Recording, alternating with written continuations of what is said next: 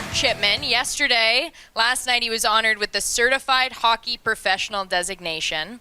And your official title is Executive Chairman of True North Sports and Entertainment and the Winnipeg Jets Hockey Club.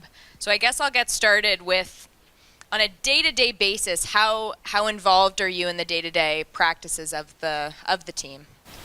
That's my day job. It's what I do, and have been doing this for several years, actually, prior to our re-entry into the NHL.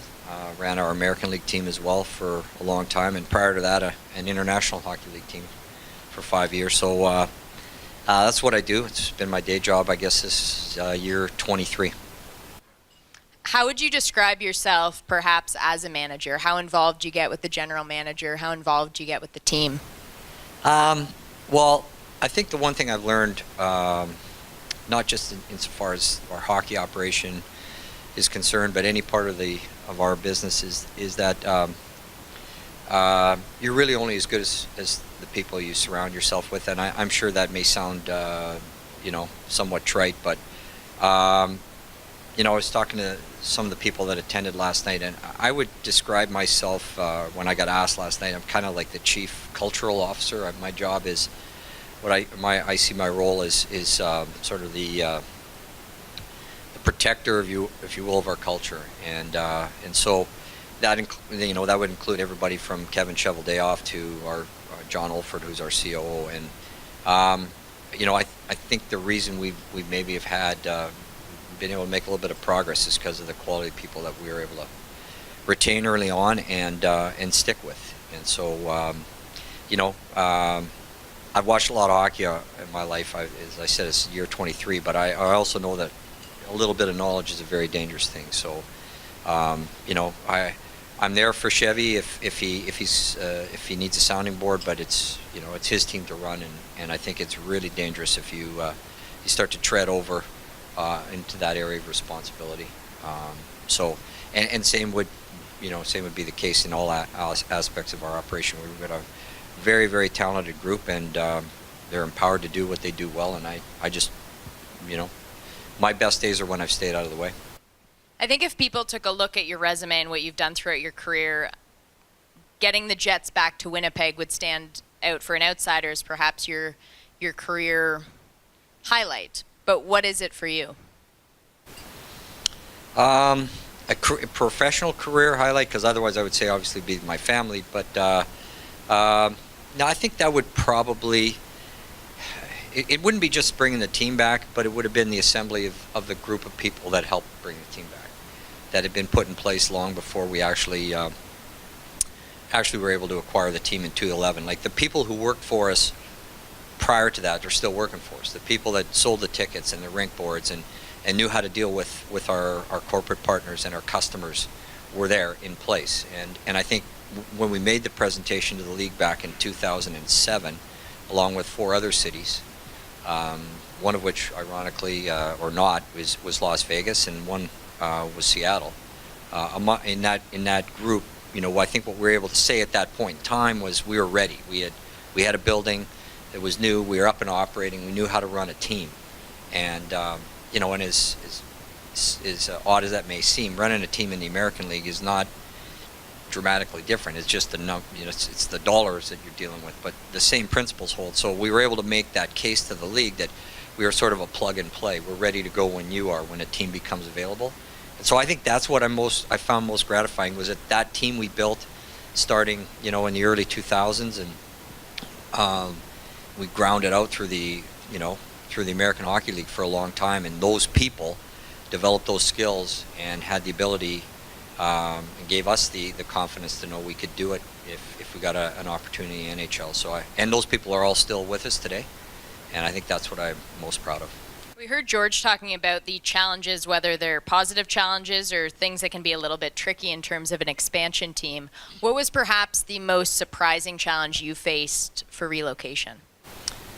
Well, surprising challenge. I think the thing we found most challenging and continue to find challenging is the scrutiny that you're under day to day. And I know it's that way in a lot of markets, and it may be particularly challenging in Canadian markets. I'm not sure, but it's we went from running a business that was fun and but if you're not scrutinized to the extent you are now. The expectations are so high. It costs people a lot of money to watch NHL hockey.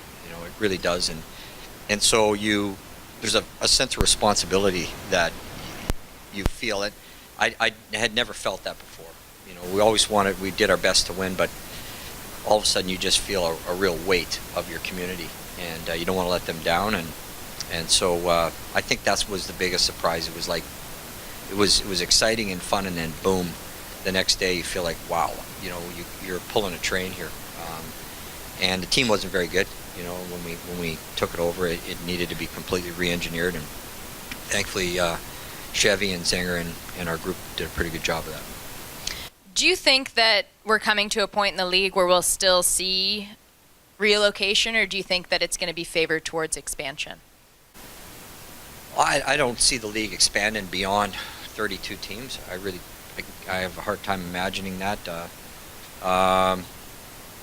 Burke and I kind of share views on this. I think we feel there's plenty of teams, and I think we're at our limit. So I don't imagine the league expanding beyond 32. Could there be a relocation? I don't know but that's a lot more probable than us expanding, I would think. Financially in Winnipeg, with your franchise, if you look at the Jets and consider it perhaps a mid-range team, how difficult is it in this day and age in this league with the cap to hit the cap but also be financially responsible?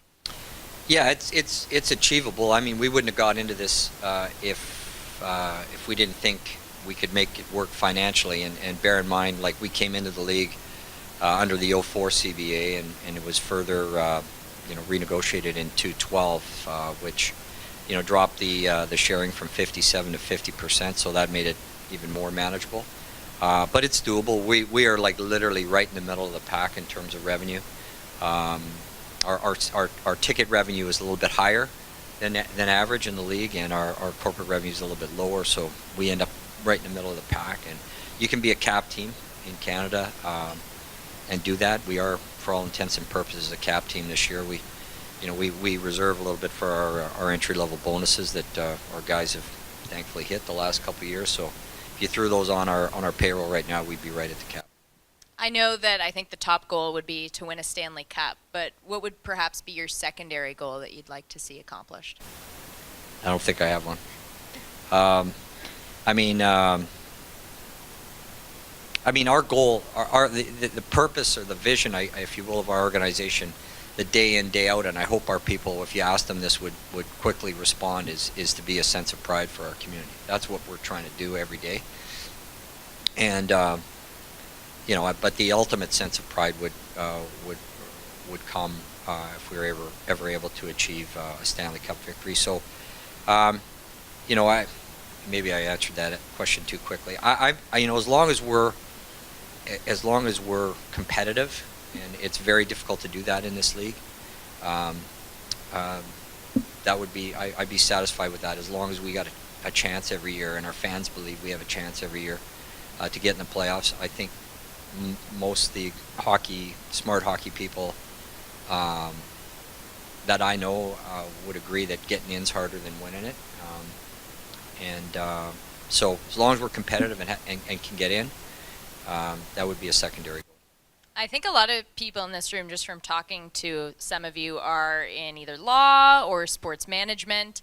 And a lot of times you see the jobs like yours or like George's and GM's, and they think that's where I want to be. But if you could give any advice to students here and thinking back to where you started, what would it be? I think the broader the education you can get, the better. I went the legal route, and I find that helpful some days, but it's certainly not necessary. I think that if you want to get into this business, I would say two things. You ought to be prepared to enter it at any level. I know it's probably more appealing to think about getting a job with a National League team, but if I look around our organization, all of the people that have really important roles started at lower levels, and Craig Heisinger was sharpening skates at the junior A level, before he got a job with the Wheat Kings and before he got a job with the Jets, and then we hired him and he's moved his way up. That's an extraordinary path. I'm not suggesting that everybody would need to take that route, but I think you got to be prepared to learn the business at any level, and I think you ought not to be worried about specializing in just a singular area of expertise.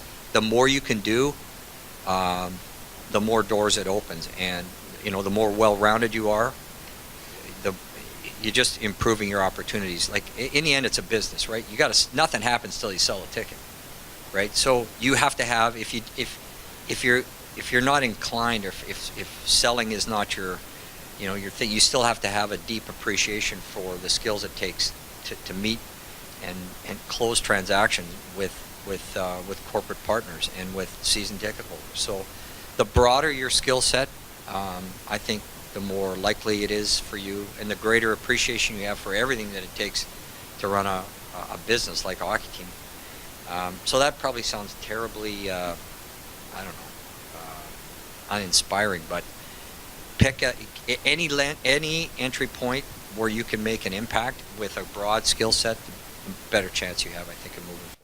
Because it's still a business, and not to sound cheesy, but it's also, how much better does it make you as a leader in your role because of the fact that you do love the game, you still play hockey, so that it's not just so simply a business? Well, I think, you whatever it is you do in life, it's a lot better if you have a passion for it, right? And obviously, I have a passion for the game of hockey. I wish I'd have been a better player than I was, but my dad pointed that out to me at an appropriate time in my life, and and I went a different route. But I think it's helpful, but I think it can also be, you have to keep that passion very much in check. I've like, you joke about it, but I feel like some days I live in a city of about 800,000 general managers, and there's enough passion to go around. My job's more to sort of harness that passion and direct it in the right ways. Otherwise, you can get carried away and you start making, with all due respect, you start listening to the media, and next thing you know, you're second guessing yourself. So I think it's an important element to have in your game, but it can't be the defining one. I don't think Brian said anything negative about the Jets since he took the job at Sportsnet.